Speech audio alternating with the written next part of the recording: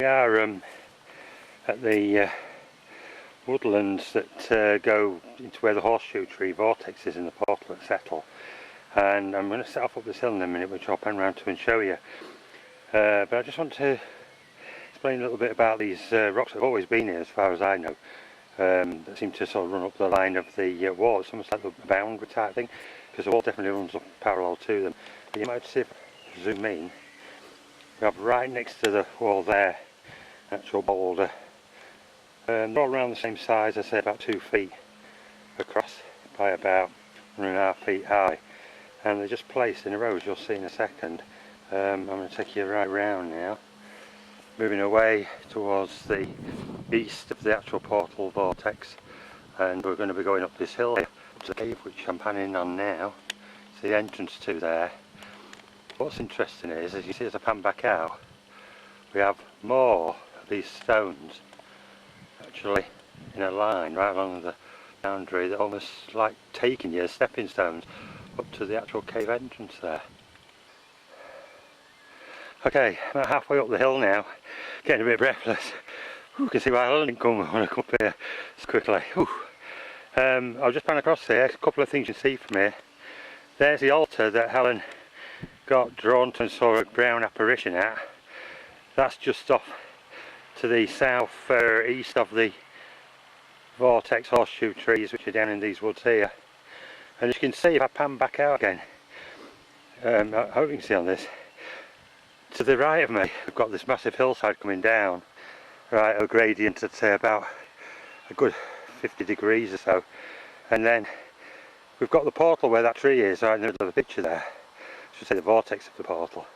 But then if we go off to my left, looking down towards the south now, you'll see the ground rises equally at 50 degrees, 45, 50 degrees up there as well. So I don't think it's just coincidence that the horseshoe portal actually is situated right in the apex, right in the centre of these two hillsides that are coming down on each other.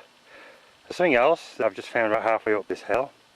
If we pan down here, you can see obviously the place is listed with wells, underground streams, and we've got here very close by, which also would probably dictate that this was some sort of ancient settlement in the far distant past. We have here what looks to be some sort of ancient well that's been filled in, because we get cattle in this field, and the farmers won't want them to be falling down as well. You can see the original stones around the edges that would have been there, but it's been all filled in. And there's another one just, if I walk literally 20 odd yards here.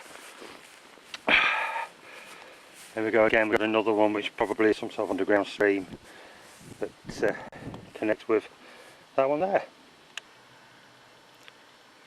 Right, well I made it up here to the top of the steep hill. Wow, what a climb that is, I'm not kidding you.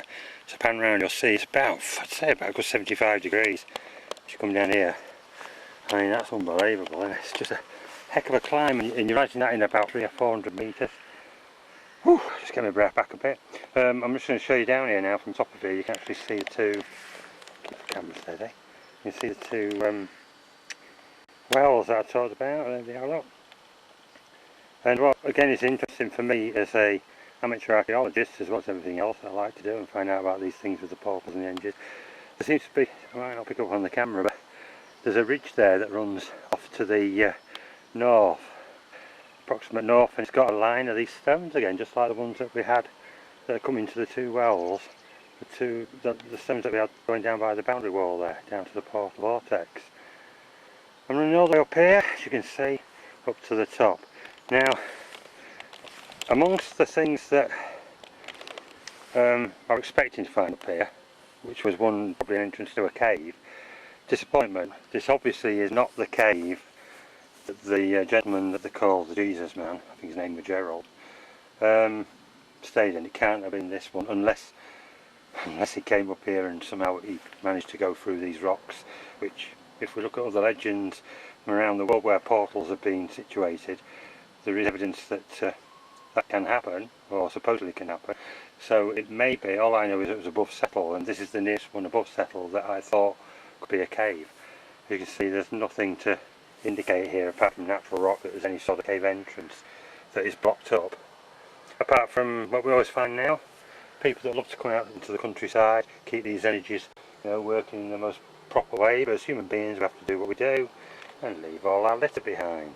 So as you can see there, we've got two barbecue trays, cans of pop, beer cans, broken bottles, cigarette packets, you know, even up here. And I mean, some people that want to come up here, it's not easy to get to.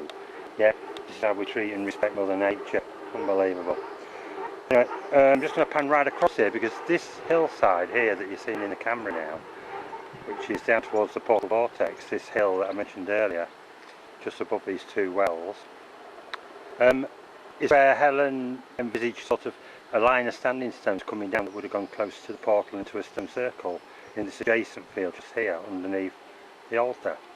I mean, from this vantage point, at least you're getting a good idea of what I've tried to show on maps and things, of where exactly the portal vortex in these trees is now, and topography, the landscape of the area around it, which has definitely got some kind of, I would say, Neolithic farmers, that type of era, maybe up to 1500 BC. I'm going to go around and look at this at some point as well, which is really interesting. We have these right along all the way to these fields of Langcliffe, and they look to me to be some kind of pit or bell pits or that type of thing. It's definitely some sort of scouring out of the landscape, and I found on Oakley Moor that wherever these things are, we get lots of UFO sightings and balls of light encounters. So I get hidden behind that wall there, just behind the highest point. You can see the flagpole there, the rock that you can see from Castleberg. Something we definitely need to be looking into there. There may be some artifacts and things. But I'm just going to cut this off because I'm going to tell you about the most exciting things I've found up here this morning in a second. Okay, now I hope you can see this. I'll try and move it around so you get a better view of it. But when I got to the rocks, I'd say about 50 metres around this area here, where that grass is there. I found this in the tall grass, if it had been there for ages, this metal frame. Now I don't know what it is. It doesn't look like some sort of like a gate frame or anything. It looks too thin metal. It's only about a couple of millimetres across the actual bars on this, but it's got some really interesting features. Now, was it part of whatever was up here at some time? Was it some sort of gate post? So I don't know. I'm hoping people that see this can give me an idea what it is, because the only things that stand out for me in connection with the portal quest, which I find absolutely amazing, is when you look at the detail of the thing. Now I'm going to try and go as close as I can without losing the definition on this, and bring you up to this bit just here in the middle. Come back a bit. Well, that to me doesn't look a million miles away from some sort of Templar cross. Very unusual, very old, it's very rusty, it's been cast, I can tell that, and it's been welded. The bars have been actually welded onto it. You can see those. There's 1, 2, 3, 4 cast sort of bars leading off to like a framework around it, and then there's another one of exactly the same type of thing below it. See if I come back you'll see it better. I might have zoomed into them. There we are. There's 2 of them there, and then if we come down into this section here, you can see there what looks to be like oh, come as close as I can, the fleur-de-lis, which again, obviously this thing is of some importance.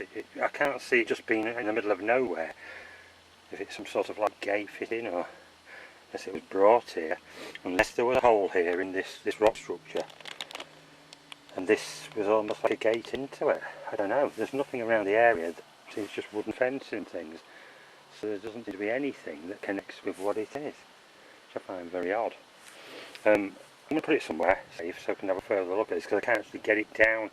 I'd say this piece is about 1.5, 2.5 feet across. It's not heavy or anything, it's just awkward.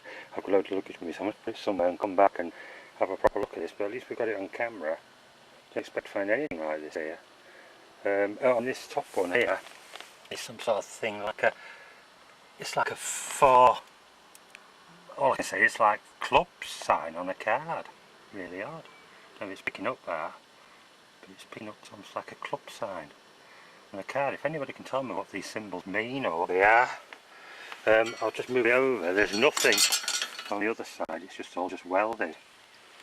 Oh, there is another fleur-de-lis on that one at the other side, but it's so old, and it may have been in the ground at some time, who knows. It looks to be very rusted. Strange in itself, I don't know what it is.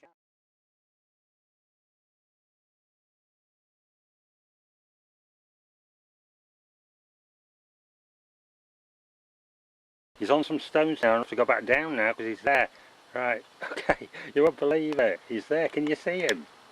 There's the woods and everything. Look, the little devil's come all the way up here. Look. Crikey. I'm going down now. Shadow, I'm coming. Stay there. What's he doing?